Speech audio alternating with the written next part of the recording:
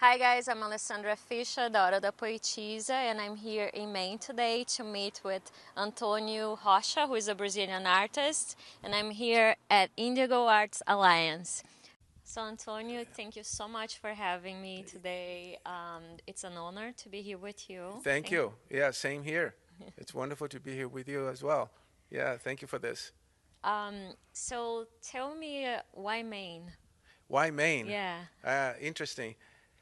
I was living in Natal, Mm-hmm. on the state of Rio Grande do Norte, in Brazil, in the state of Rio Grande do Norte, and I discovered that the best mime in the United States lives here in Maine. I was doing mime and theater in Brazil at the time, and I was 21 years old and get involved with theater. And Partners of the Americas is this organization that started 60 years ago in Washington, D.C. during the Kennedy administration. Okay. And they do sister state programs. And little did I know that the sister state of Rio Grande do Norte is Maine. And the best mime in the United States lives in Maine, Tony Montanaro. He had come here from New Jersey. He started a school in South Paris called the Celebration Barn. And boom, before I know it, I applied for a grant to Partners, and I came to Maine in May of 1988.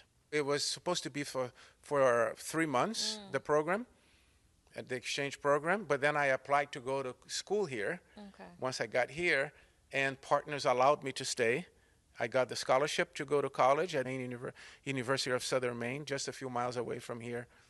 And so that's how one thing led to another thing and led to another thing. And 36 years later, here we are. Yeah. And you led to storytelling. He led me to storytelling. Yeah. Yeah, so I was just mime. I was a purist, no talking, some sound effects, but no talking. And then I started to experiment with mime and speaking in a production I did in college. I was in a show, a storytelling show called Mark Twain Follies. It was a show that traveled to England, actually, as part of another exchange program through the university here and two colleges in England. And Minor Roots, he was a professor that I actually met in Brazil. He was a key player in me getting to Maine through Partners and all that. And he cast me in the show to go to England, and that's what happened. He said, I want you to play a character, but also help me put the show together because I want the mime in it, because this is a Mark Twain storytelling extravaganza type of show. There will be animals that I want the actors to portray. And he knew of my movement work and animal imitation work, which is part of the mime vocabulary, right? It's to imitate everything. So we put a really nice show together, and that was my first time experimenting with talking and not talking. Fusing that. Fusing, Yeah. fusing both art forms, and it's not original. You see mime in a lot of other art forms. Vera, one of my sisters, and she's the one who told me I should take some mime classes from a friend of hers who was coming to Brazil from France. Yeah. So I take some mime lessons from this man, Abel was his name, and the rest is history. I couldn't do anything else. I fell in love with it. It was very contagious, and everybody I did mime to got a tickle. They loved it, and so there was a lot of support both from my family and from friends. Really important to have the support of family, have someone like Vera to see that Yeah, and yeah, to guide you exactly. through. Yeah, Yeah. yeah, Amazing. yeah. It's very interesting. I have four oldest sisters. I grew up with five women, How was that? trying to mother me. So I got a lot of interesting advice and influences from four different generations of women. From my mom. My oldest sister is 82 years old. Okay. She was an ecologist, and she's retired and lives in Lisbon, Portugal. Sonia. And my love for travel comes from her because when I was 8, 9, and 10, she was living in Portugal at the time, um, and working for the Center of Scientific Center. And she went to Africa to do some research. This is back in the 70s. Wow. So she was in the Kalahari Desert, and she would send me postcards. And I'm like, one day I want to travel like that, you know? So I got that travel bug from her. I got the theater bug from Vera, you know, and Maddie was a dancer, and Lourdes is a speech pathologist. Wow. It's like, Yeah. it's very interesting. And my mom, of course. Oh, this place too. Yes, This is yes. so This is cool. Indigo Arts Alliance. It's an organization in Maine that promotes and black and brown art. No, right? So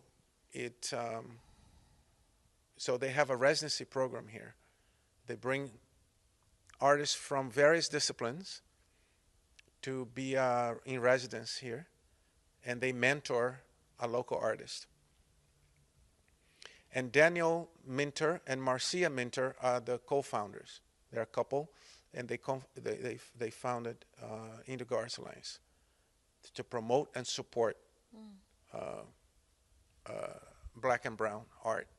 And this has never happened in Portland before.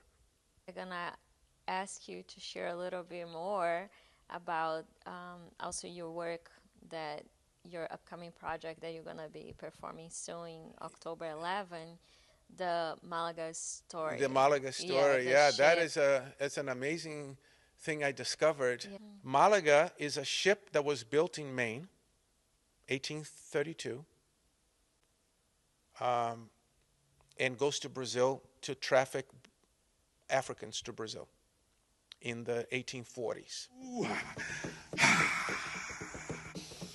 Lumber flowing down the river to the bay.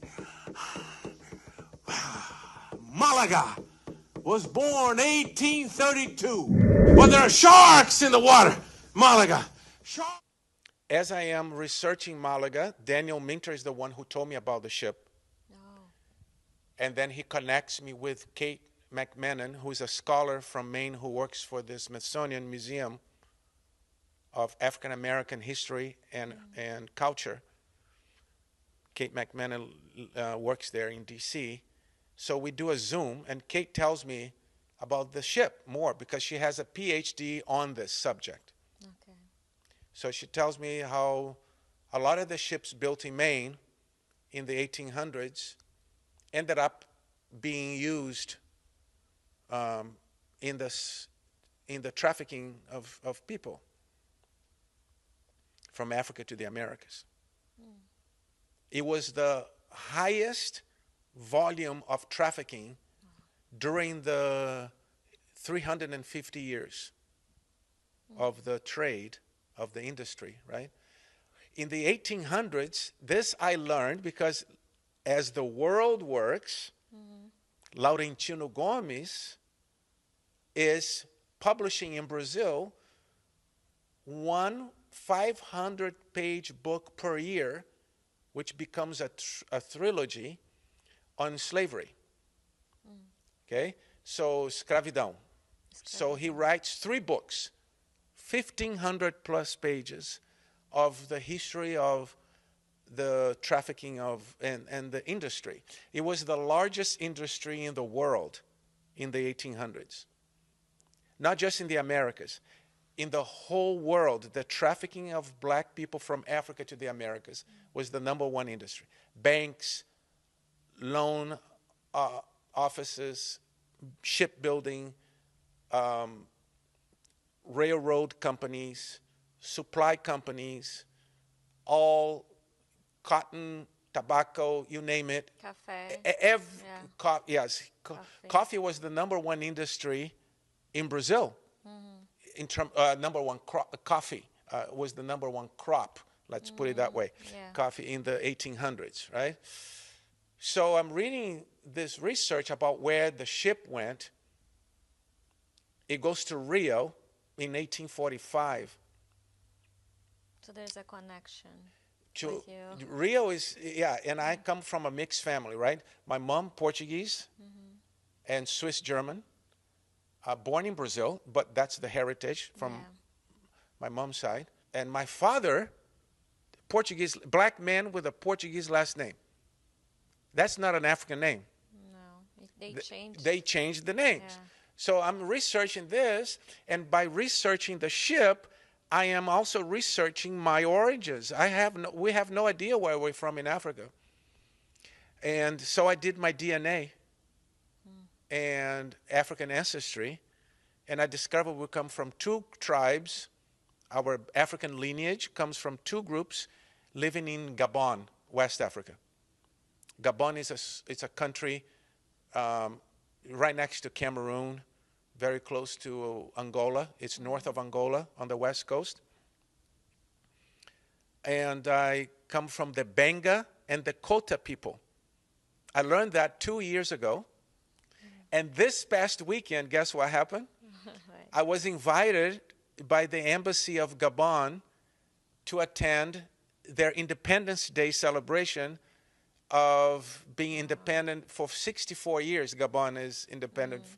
And so I flew down to D.C. and I met I literally was hanging out with my tribe. Wow, Literally. what an amazing experience and story. Wow. I know. Right? It's the story that keeps on Yes. giving. Yes. So this story, I've never done any story like this in my life. It's 45 minutes long. It is told mostly from the point of view of the ship. The ship takes the helm. No pun intended, but the So ship. why did you decide to do that? Well, I discovered when I was doing the research, Yeah. I needed a central character. I'm like, I even entertained that an enslaved African should be the central character. But then I said, no, that's not right, because that wouldn't work very well, because the ship starts her life here in Maine, right? In the woods of Maine. That's where the ship starts her life, is as a tree. And then it goes into the slave trade later on. So I need to follow the ship. So I start to put the show together that through the point of view of this very innocent ship who doesn't know left from right about what she's about to embark into, we learn about the Middle Passage. We learn about the trafficking. We learn about all the horrendous things. And things that I was learning reading the books of Laurentino Gomes, parallel to the research of the ship here. So telling from her point of view also made it easier for the audience to digest the horrendous things the ship, the captives were experiencing. So instead of me telling the audience what is happening to the Africans, I tell the ship what is happening. Why is she all red? Why are you tainted in blood? Why there's blood in the water? The sharks. So many Africans were thrown overboard in 3.5 centuries that the sharks changed their trajectory across the Atlantic. They followed the ships. There's 36 recorded voyages. 36,000, pardon me, correction here. 36,000 recorded voyages in those 350 years, right? So, and then the story is personal, it's historical about this ship built in Maine, and then it becomes personal when the ship arrives in Rio, where I later lived. Rio was the #1 slave city in the Americas in the 1840s. There are about 206,000 people in Rio. 80,000 of the 206 were enslaved Africans, just to give you an idea. Yeah. So I learned a lot, not just about this history of Maine, Because when you think about it, oh, the Northeast did not, and this is not a story about blaming anybody. There's no blame. People come to watch it time and time again. I've had people come and watch the show 4 times now. I've done it about 31 times now in all parts of the United States. It has brought me so much understanding and healing as well. There's a lot of anxiety in my family, mainly because of this not knowing of the horrendous things. It's, now people are saying it more. We didn't even have a name for it, but people use, it's ancestral trauma, generational trauma, and all that because of the suffering. That energy doesn't go away if you don't know how to heal it. And healing it through the story. So you're saying, why tell stories? Also as a healing and, as medicine. Yeah. You heal yourself. I know I've healed a lot of myself because of it. It is very important to know your history and discover what happened, because you can understand more of your actions today. Told me the person had been mortified by their actions when they learned that I was a neighbor.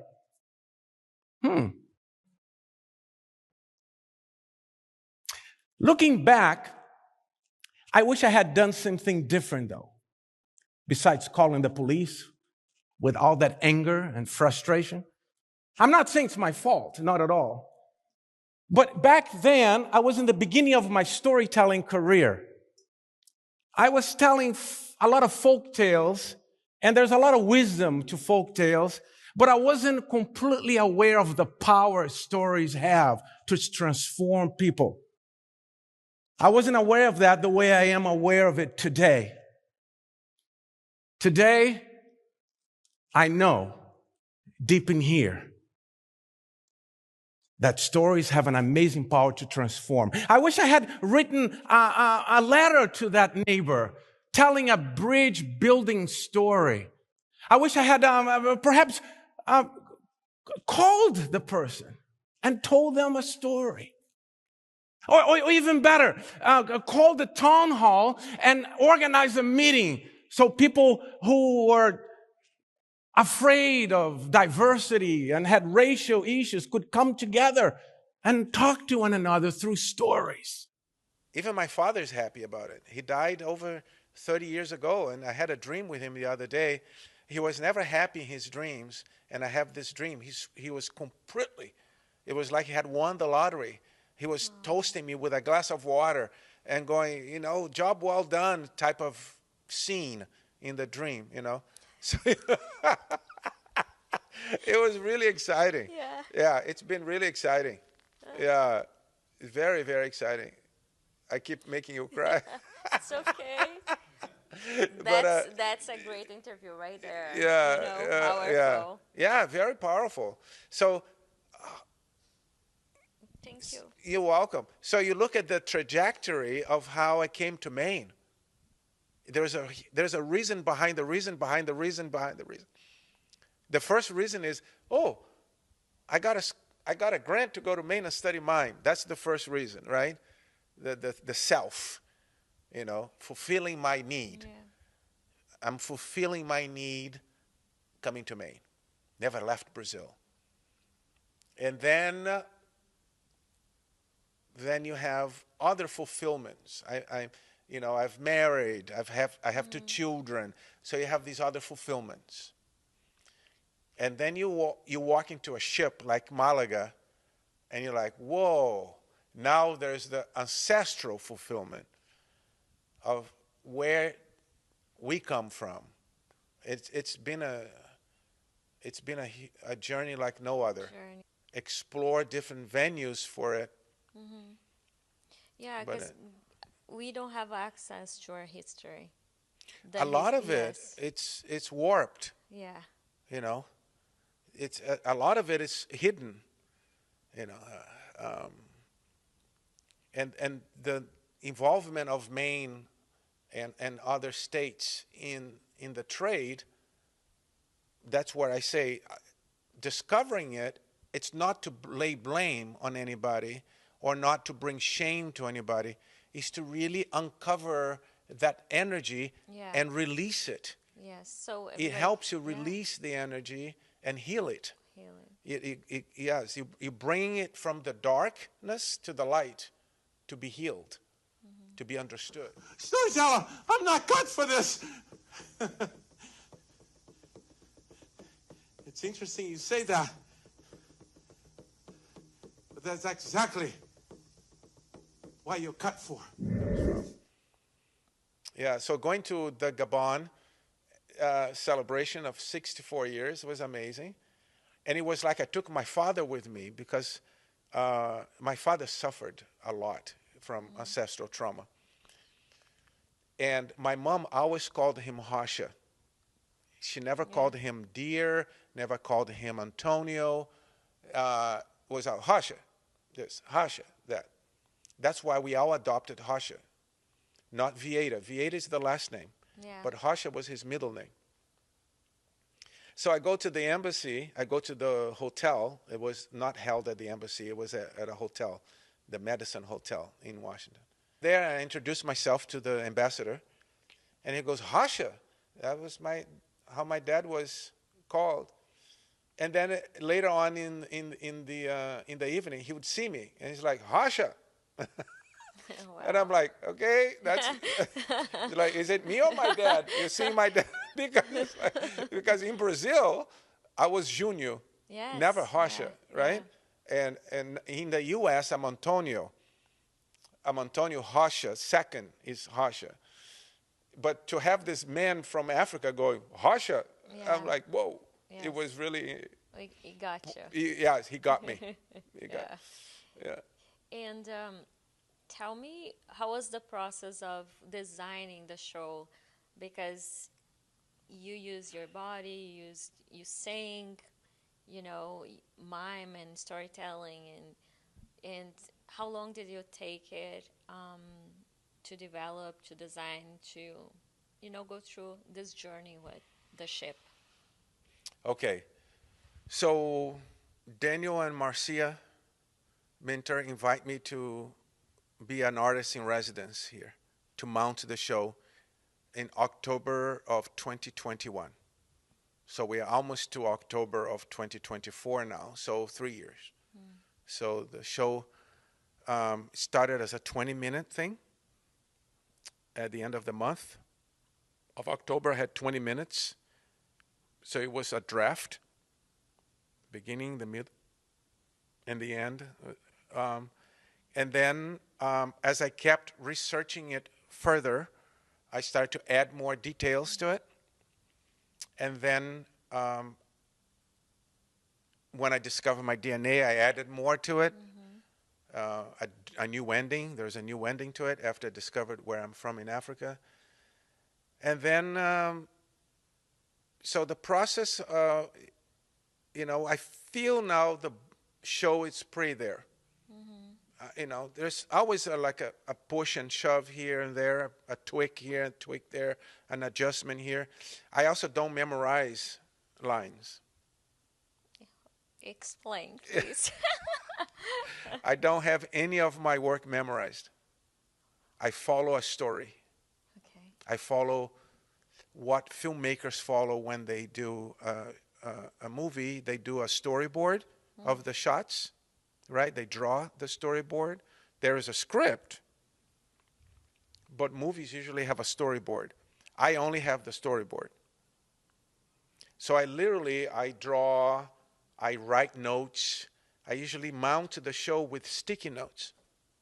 So I go, this happens here. And if I want that to happen a couple of scenes later, I can move the sticky note over a couple of scenes later. Do you see what I mean? So I move it. It's usually on a wall. So I put things on a wall. It's fascinating to me. Yeah, so I put things on a wall, and this is not, I'm not the only one who does it. So I put things on the wall, and I move things around, and when it has an arc, you know, it's like, okay, I'm going to go from this scene to that scene, from this scene to that scene. You know, I'm going to sing a song here. So I open with a song, you know, with the lumberjacks cutting the trees down. That's where Malaga is going to come into.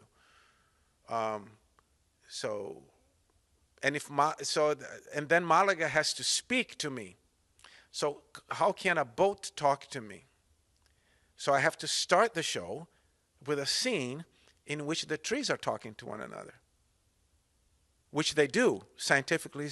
It's scientifically proven that trees communicate with one another. So in the story, there's a grandmother tree, pine, talks to the children. She's a foreseer, she's a storyteller, and she can tell what the children are going to become. And she predicts Malaga, this grove of tree in particular, is going to become a ship in the story. So later on, I can talk to the ship. And the ship goes, oh, I know what storytelling is. My grandmother was a storyteller. And you've seen pictures of it. You know, I dress like the ship. I have ropes on. And Beautiful. yeah, I slowly morph into the ship until the ship sinks. Somebody said, you wear the set? I'm like, yeah, I guess so. Somebody was asking. You're like, I didn't think about I was wearing the set. I'm just like, you know, it's a I want to get the clothing without leaving the stage. How do I get dressed like the ship without leaving the stage? So you have the stuff right there. But it said, that's the set. I'm like, yeah, that's the set. So you wear the set. I'm like, yes. We can say I wear the set. Okay. So, when you start developing this show, do you had an idea where you were going to go with it? No. No.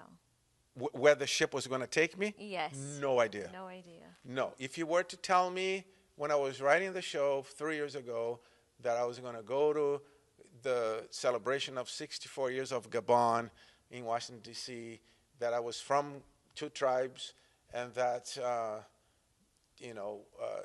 people would be booking it. The stories that have happened, we can do another interview just with the stories, including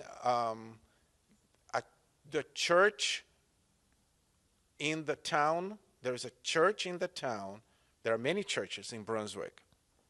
But this particular Episcopal church, St. Paul's Episcopal in Brunswick, I mean, this makes the hair on my arm stand up. They're researching, they're like discovering that one of their founding fathers was involved in the trade, in supplying ships. And they knew the name of one of the ships, Malaga. Same guy. Wow. So they go online, put the word Malaga ship, they come to my show. So they book the show. And I'm telling the story of the ship in the church built by the same person who owned the shipyard that built the ship. And the nave of this church is an upside down ship.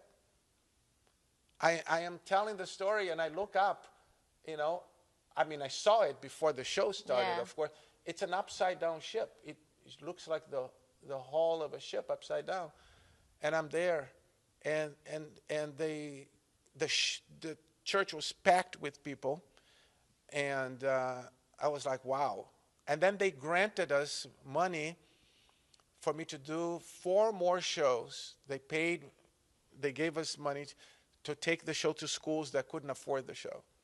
A lot of healing there. Right? Yeah.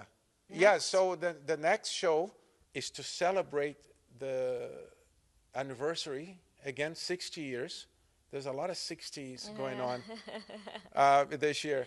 That Martin Luther King spoke at the church 60 years ago. So they're celebrating that, and they booked the show. Awesome. So that's going to be on the 11th of October in Brunswick. So, and you say and one thing that I cannot forget to say is that how did you write, how did you put the show together? Yeah. A lot of the ideas I had for the show also were involuntary. I would be like brushing my teeth, and a whole set of ideas would come effortlessly. And all I had to do was write it down and add to. I knew exactly where it was going to go. Like, you're going to say this right over there. Even the song, the opening song I sing, came very fast. I was on the highway ramp, and the whole song comes together. It's been like that for you, or it's just for this show? Just for this show. Just for the show. So you're born to tell this story. You feel like I, that. I feel I came to Maine to discover this story. Mm-hmm. You know, as on the professional, you know, I came to Maine for many things, but the discovery of the story is really powerful because it deals with my ancestry. You know, I mean, who would have thunk I came to Maine, this far north from Brazil, to discover where I am from in Africa? That's pretty remarkable. Yeah, it is. just that alone. Mm-hmm. So I'm very thankful to have this story in my life and be able to do it. And so it was a huge pleasure to be here with you. Thank you. Thank you so much for sharing your stories. You're welcome. And I will probably be there on the 11th. Okay, I hope so too. Thank you. Thank It's you a so pleasure. much. Pleasure meeting you. Pleasure mine. Bye. I know that stories begat understanding. Understanding begets respect. Respect begets justice. And justice begets peace. And that is the power of story.